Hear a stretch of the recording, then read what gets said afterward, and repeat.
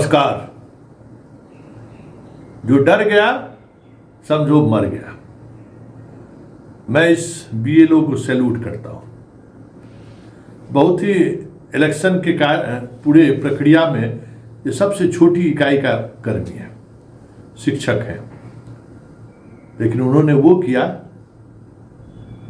जो आज हम पत्रकारों को करना चाहिए था। चाहे रास्ता जेल के सलाखों की तरफ क्यों ना हो। ये जो व्यक्ति आप देख रहे हैं, ये बीएलओ थे।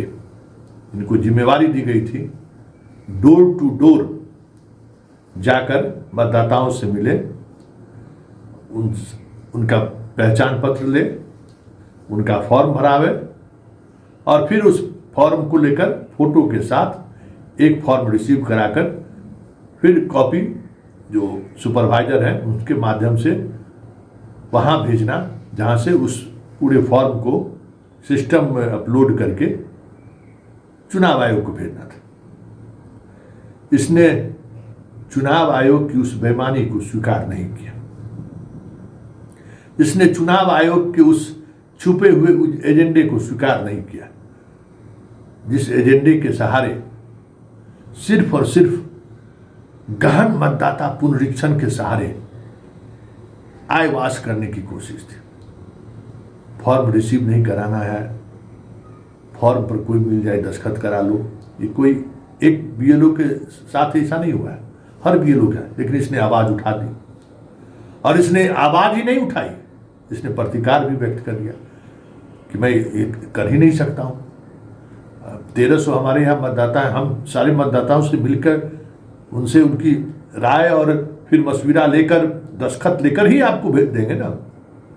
आप की जल्दबाजी की वजह से हम ऐसे ही फॉर्म नहीं भर के दे सकते। चाहे जो करना है कर लीजिए।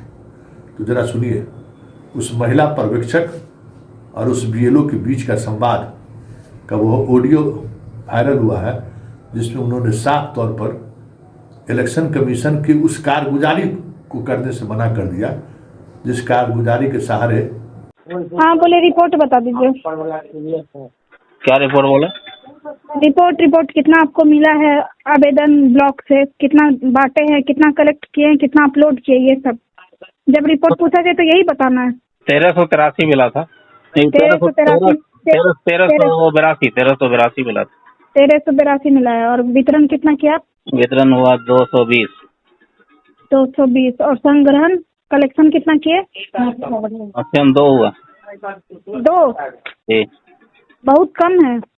आप बताइए, 1300 आपको मिला है और आप 2 को कर रहे हैं, बहुत दयनीय स्थिति है। वितरण भी पूरा नहीं हुआ तो कलेक्शन का जो पब्लिक ऐसे ही वापस कर रही है, जैसे दे रहे हैं वैसे वापस कर रही है। क्या कहिए तो वैसे क्या तो पब्लिक क्या चाहती है? वोटर लिस्ट से नाम कट जाए, नागरिकता छिन जाए? अब वो तो समझाना मेरा काम। हाँ, वो तो समझाना आपका काम है ना। आपका गांव का, आपका मोहल्ला का लोग है। और यहाँ पे डीएम सर का आदेश निकला हुआ है कि जैसे आपको 13,082 मिला है तो सब कलेक्ट करके अपलोड करना है। आप 2 कर रहे हैं, बताइए। आपके वीडियो पे शो कॉज निकल रहा है, एसडीओ पे शो कॉज निकल रहा है। आप क्या चाह रहे हैं कि आप पे भी शो कॉज निकले, सैलरी रुके? तो हम लोग क्या कर सकते हैं? हम लोग नहीं तो करना होगा आपको। वितरण आदमी लगवा के करवाइए, वितरण करना है। बीएलओ का काम जानते हैं, वितरण करवाना होगा आपको। और सुनिए, जरूरी नहीं है सबके घर जाना। आप अपने राइटिंग से भर के सब आपको बोल रहा है ना कि नहीं वापस कर रहा है ना, तो आप अपने राइटिंग में, आपको पता है ना कि आपके क्षेत्र का कौन वासी है जी। आप अपने राइटिंग से भर के आप खुद अपलोड करिए। अच्छा, वितरण की बजाय अपलोड करना शुरू करें। हाँ, वितरण छोड़िए, घर घर जाना छोड़िए। आप रूम में बैठिए अपने, और 1382 है, आप खुद ही सबका कलेक्शन करके, आपको पता होगा ना कि कौन किसके घर का है जी। हाँ, तो वही करके आप हमको दीजिए आप, क्योंकि 2 से काम नहीं चलेगा। आपको 1382 में एटलीस्ट 700-800 करना है। मैडम, इसमें फोटो अपलोड करना रहता है, बिना साइन का या बिना डिटेल्स का अपलोड करने में दिक्कत नहीं होगा? हाँ, तो वो आदमी इतना तो समझेगा ना, नहीं तो उसका नागरिकता छिन जाएगा। आपको डीएम साहब बुलाएंगे। वो नागरिकता वो जो कह रहे हैं खुद से ही है इसको अपलोड करने के लिए। यदि हम कर रहे हैं तो एक बार। अरे नहीं, हम डॉक्यूमेंट का आपको बोले कि जो डॉक्यूमेंट देने से मना कर रहा है, ये जो बहुत आनाकानी कर रहा है ना, उसके लिए। और उसको बुलवा के ऐसा थोड़ी है कि वो नहीं करेगा। मैडम डिस्ट्रीब्यूशन के लिए भी एक रजिस्टर तैयार करना रहता है। 1300 का तो अभी रजिस्टर भी तैयार हम पूरा नहीं कर पाए हैं, लगभग 1,000 का हो गया तैयार। तो नहीं करना होगा, ताकि उसको डिस्ट्रीब्यूट भी आपसे कर दिए। मान लीजिए जैसे हम रिपोर्ट लिख दिया आपका, दो आप डीएम साहब खुद आपको फिर अपने चिट्ठी देके अपने ऑफिस बुलाएंगे, फिर कैसे जवाब दीजिएगा? यहाँ काम पता है सबका वेतन स्पष्टीकरण हो रहा है, काम करना होगा आपको। मैडम काम का एक लिमिट होता है ना, कि काम तो अरे कर ही रहा है ना। क्या करिएगा, हम लोग पे भी प्रेशर है, आप पे भी प्रेशर है, इलेक्शन कमीशन पे भी प्रेशर है। 1300 का रजिस्टर तैयार करना, सबको बांटना, प्लस सबका कलेक्शन करना, इसमें टाइम लगेगा कि ऐसा ही जादू की छड़ी है घुमाए हो गया? सब में टाइम लगता है मैडम। ये चीज विभाग नहीं समझ रहा है, इलेक्शन विभाग। तो किसी को कुछ भी कह देने से नहीं ना होगा, कहिए तो समय लगता है। जैसा आदेश दीजिएगा वैसा हम कर रहे हैं। लोड कर देते हैं। और वापस अपलोड करना है तो उसी तरह से ब्लैंक ही अपलोड कर देते हैं। हाँ, जैसे आपको अपलोड का संख्या बढ़ाना है, आप जैसे बढ़ाइए। ठीक है मैडम, जैसा सुन लिए। ताल ठोक कर बीओले ने कह दिया कि मैं नहीं करूंगा, आपको जो करना है करिए। वीडियो साहब इस पर FIR दर्ज कर दी है, शिक्षा विभाग इसको सस्पेंड कर दिया है। फिर भी ये डटा हुआ है कि सत्य से मुख मोड़ नहीं सकते, चाहे जो भी हो, जो कार्रवाई करना है कर ले, लेकिन गलत हम नहीं करेंगे। क्योंकि मुझे जो इलेक्शन कमीशन के माध्यम से जो पत्र मिला है, जिस पत्र में मुझे BLO की जिम्मेवारी दी गई है, उसमें मुझे काम की भी सूची सौंपी गई है कि हमें क्या करना है। और उस सूची से इतर अगर आप कुछ करने को कहते हैं तो ये मुझसे नहीं होगा। तो ये दूसरी मतलब बगावत है। इससे पहले एक वीडियो ने भी बगावत कर रखा। सीधे तौर पर उन्होंने कहा कि मैं नौकरी छोड़ रहा हूं, मैं गलत नहीं कर सकता। तो वीडियो पर कार्रवाई करने पर थोड़ा असहज है प्रशासन, जिस तरीके से उसने मुद्दा उठाया। लेकिन BLO बहुत छोटा कर्मचारी है, तो इस पर इन्होंने FIR दर्ज कर दी। सिर्फ ऑडियो वायरल नहीं हुआ है,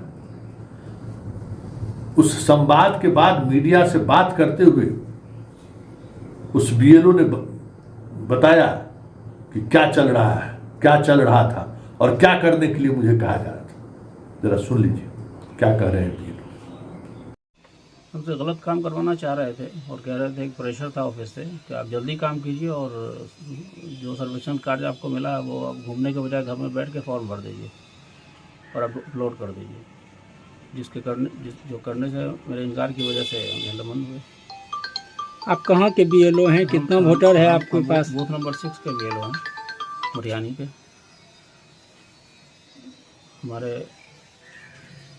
हमारे सूची में 1382 वोटर हैं, जिसमें से 978 का मैंने सर्वेक्षण किया आज तक। निलंबन की कार्रवाई कल ही हुई है, लेकिन आज तक हम कार्यरत हैं, हमको ऑफिस से कोई निर्देश नहीं। आप पर आरोप है कि कार्य में लापरवाही बरत रहे हैं, गलत बयानबाजी कर रहे हैं। लापरवाही बरतते तो काम मेरा सामने काम बता रहा है कि लापरवाही किसकी तरफ से हो रही।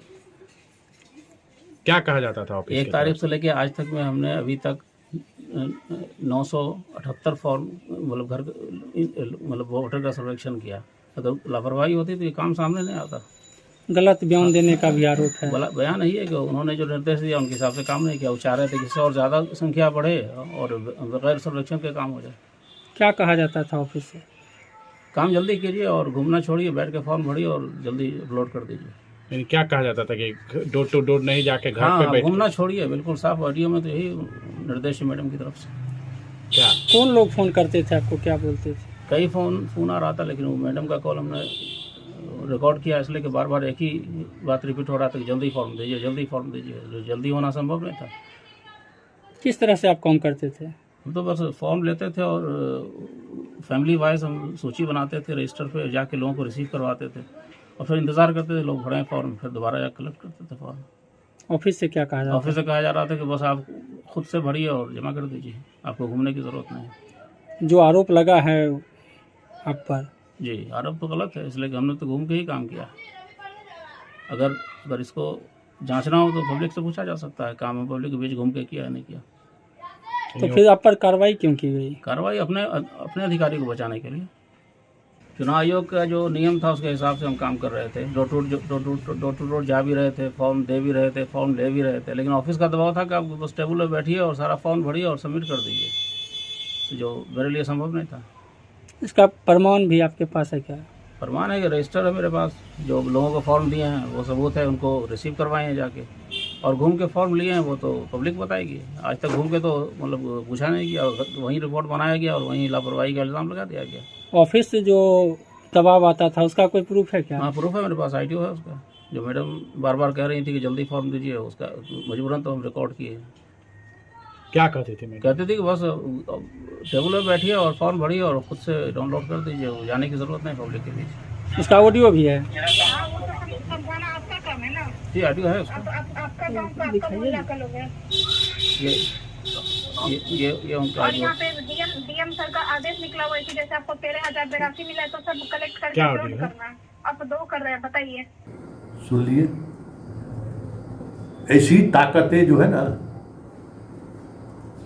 देश को मजबूत करता है। ऐसी ताकतें सिस्टम और सरकार को अपने औकात में रहने की नसीहत देता है। आप क्या कर लीजिए, जेल का डर दिखाकर, जेल का डर दिखाकर कितनी मनमानी करिएगा, कितने पर FIR दर्ज कीजिएगा। कारवा निकल चुका है, अब सरकार को सोचना होगा। जिस तरीके के अभियान चुनाव आयोग चला रही है और उस अभियान के पीछे का जो छुपा हुआ एजेंडा है, उस एजेंडा को सार्वजनिक मंच पर लाने वाले मीडिया कर्मी अगर सांप्रदायिक है तो मैं भी सांप्रदायिक हूं, पूरा बिहार सांप्रदायिक है, लेकिन ये मनमानी नहीं चलेगी। और BOL ने जिस तरीके से प्रतिवाद दायर किया है, जिस तरीके से खुलकर मीडिया से बात किया है, उसने बिहार के 14 करोड़ आबादी को एक नई आवाज दी है। जो आवाज इन दिनों गिड़गिड़ाने लगा था, बिहार का पहचान ही खत्म हो गया था।